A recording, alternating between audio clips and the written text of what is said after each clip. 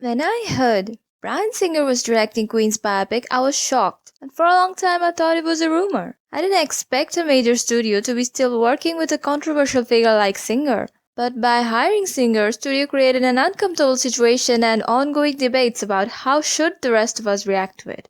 Here's my take on some of the debates that have risen due to the Bryan Singer situation. Media can bring us the truth and also can brainwash us into believing something completely false. And so when media is my only source of information, I tend to receive it as neutral as possible.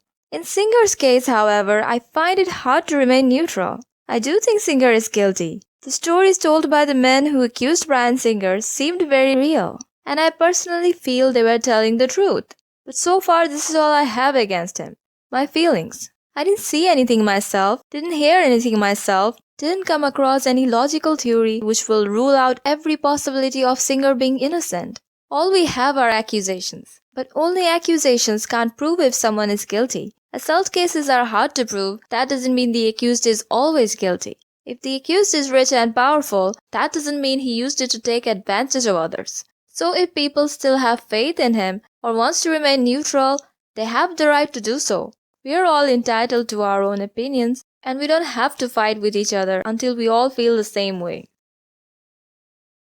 I am Brian May, and I play guitar for a group called Queen.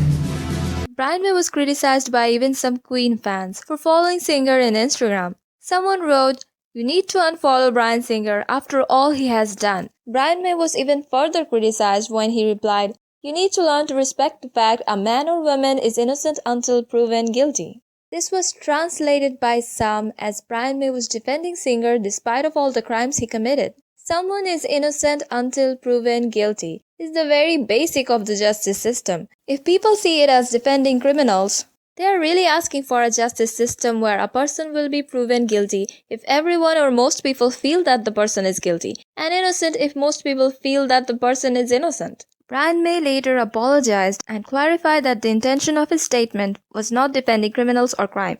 If someone says he doesn't believe the accused is guilty, that doesn't mean he is approving of the crime. It does when someone knows the accused is guilty and still makes excuses for him or blames the victim, none of which were done by Bryan May. What bothered me was that people were bothered by Bryan May having a different opinion, as if justice wouldn't be served until everyone believes the victim. I don't mean to be rude, but justice is not Tinkerbell who nearly died because people were not believing in fairies. Wherever people's faith lies, there's a procedure to receive every accusation seriously and investigate properly. The root problem in the Me Too movement wasn't that the people didn't believe the victims. The problem was that the HR, the head of the studio or company, or people in charge didn't take the proper actions. People also came after the cast of Bohemian Rhapsody, especially Ben Hardy. Ben worked in not only one but 2 movies with Singer. And so some people who knew nothing about Ben Hardy claimed that he knew everything about Singer, still he chose to work with this monster. Ben might have known about the allegations, but he's neither a victim nor a witness. How is he supposed to know Singer committed the crime? Is knowing someone professionally enough to know his deepest, darkest secrets? People like Singer skillfully hid their activities from the society.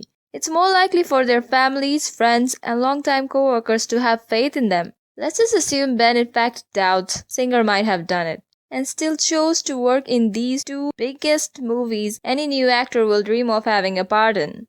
This type of professionalism bothers some people because they think if actors and producers agree to work with Singer, he will get away with his crime. I don't think that way at all. Him having a job doesn't stop the Justice Department from doing their job. Not only that, Singer's allegations came to public's knowledge even more after Bohemian Rhapsody was released. Now more people want him to face trial. I'm not saying until there's a trial we should make sure he keeps getting jobs.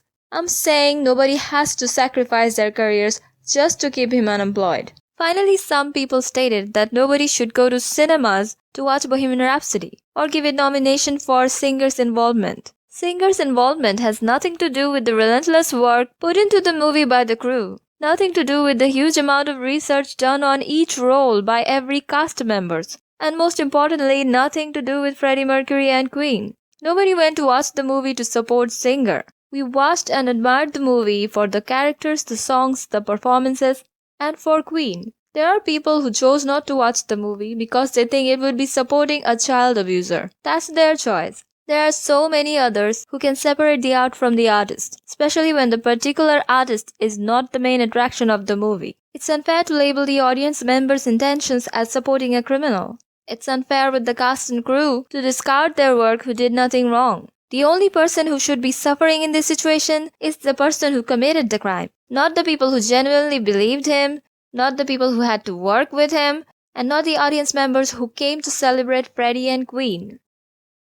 There are celebs whom I find innocent but other people don't. When Michael Jackson faced allegations, fans all over the world supported him. All the love and support didn't come in the way of any of his trials, where he was, by the way, proven not guilty. If some people still feel he's guilty, that's up to them. I don't have any problem with those who don't listen to MJ's music because they think he's guilty. I have problem with those who came out and said MJ is guilty and therefore his songs should be removed from the internet. Those who don't want to listen to MJ, they can just avoid listening to him. Why do those songs have to be removed from the internet? So that those of us who don't doubt his innocence, have great admiration for the songs, won't be able to listen to them? Opinions and beliefs can be expressed without imposing them on others. Neither I want their personal beliefs to be imposed on me, nor I want to bear the burden of their inability to separate the artist from the art. The reason why I believe some people can't or won't see the art separated from the artist is because they feel an art only belongs to the artist. This art is much like a part of the artist, like a Horcrux, a part of the artist's soul. Loving the art is like loving the artist, which they can't when the artist is someone like Singer. When they see any of his movies, they are reminded of what he did and refusing to watch it, they are doing their duty. Perhaps the least they can do. Even though I don't agree, I actually can respect that and understand their choice. But here's how I feel about the whole art and the artist conversation. Suppose one day we find out that Einstein had a shady past, a crime he got away with. Should we from then on abandon all his theories? I view art as a discovery made by a scientist, to be enjoyed, to be studied, regardless of how the scientist may have been as a person. An artwork doesn't lose the creativity and brilliance if the artist does something bad. We should address the wrong thing he did instead of pretending the artwork never existed. People try not to talk about the art thinking it would be taking the heat away from the crime. It shows how much they care, but some of us genuinely don't see how the admiration for an art can take away any portion of our hatred towards a crime. Speaking of admiration, I'm glad Singer's direction wasn't good enough for a Best Director nomination. Otherwise, we would be dealing with the question, should he be nominated? I think most people will say no, thinking it will encourage his misbehavior. To me, an award is an honor to a single performance. It can only go as far as honoring a person's rest of the body of work, but doesn't honor his personal deeds. Even bad people can give great performances. I wish they couldn't, but they can. If an evil human being produces the best performance of the year, that will be the best work, no matter who you give the award to. And by awarding someone else, we would be just lying to ourselves. They need to be facing the court. That may be the only fear that can discourage them from committing a crime. I also want to talk about an issue slightly out of the topic here. There are always some group of people who dismiss one problem pointing at some other problem. If anyone is talking about problem A, then there will be a few people saying, why do you people only care about problem A? There's a bigger issue, problem B. And when someone will talk about problem B, someone else will dismiss it comparing it to problem C. I'm worried that some people will say you are making a video about some mean comments towards Brian May and Ben Hardy. What about the victims? There's no denying that the victims suffered so much more than anyone else I have mentioned in this video. And I'm talking about a much smaller issue here. Whatever it can be boiled down to, is still a problem worth pointing out to me. We all can spread out and talk about different problems and try to make a change any way we can. Trying to solve one problem, big or small, doesn't have to come on the way of solving another. I can express my dislike towards an attitude and bring it to people's consciousness without taking anything away from the victims. One issue can inspire a conversation about another issue, of course, but that can be done without dismissing any of them. Coming back to Bohemian Rhapsody, this movie is now part of Queen's legacy, a legacy that cannot be impaired by some fruit flies.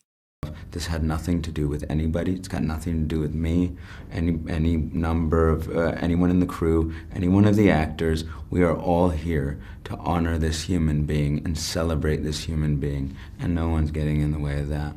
Do you agree with me or do you disagree with me? Tell me in the comments. Like if you like, share if you like, subscribe if you like.